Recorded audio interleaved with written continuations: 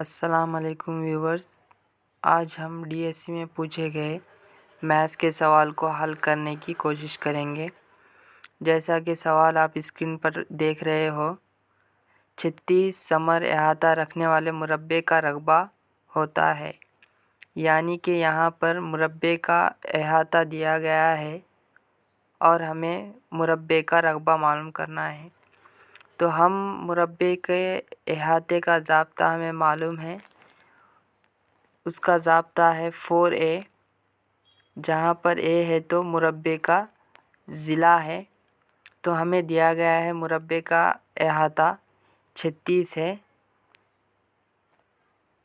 تو یہاں پر ہم اسے پہلے ہے تو ہم مربع کا ضلع معلوم کر لیں گے۔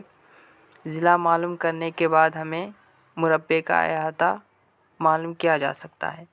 تو یہاں پر ہم یہ 4 کو دوسری جانب بھیجیں گے تو وہ تقسیم میں ہوگا، یعنی کہ تقسیم کرے گا، جیسے کہ a مساوی ہے 36/4، تو یہاں پر 4 × 4 ہوگا، 4 × 9 36 ہوگا، یعنی کہ ہمیں یہاں پر a معلوم ہو چکا ہے۔